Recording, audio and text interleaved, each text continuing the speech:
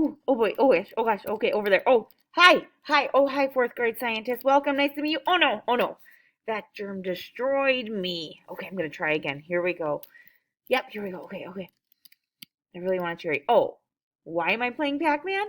Oh, well, I like to pretend Pac-Man is like a white blood cell and he's gonna chomp all of these diseases. Kapow, I got a disease. And they're flashing. Gotta get the cherry though. Ooh, cherry's like some extra healthy vitamins. Yeah, our blood and our immune system is filled. Oh no. Our human immune system and our blood is filled with different kinds of blood cells in our body. And our blood cells have different parts. There's red blood cells and there's white blood cells. And I like to imagine that Pac-Man is like a white blood cell. And white blood cells can go around and eat germs. Watch this. Woo! Take that germ.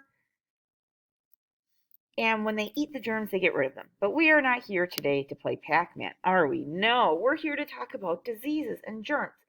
So this is the question. Sometimes germs get in your body. What does our body do? We have this whole human immune system inside of us that can fight those germs. So go to the next page and find out what our body does to fight germs, because it's not really Pac-Man inside of us. There's something else. Go to the next pages and you can find out what it is.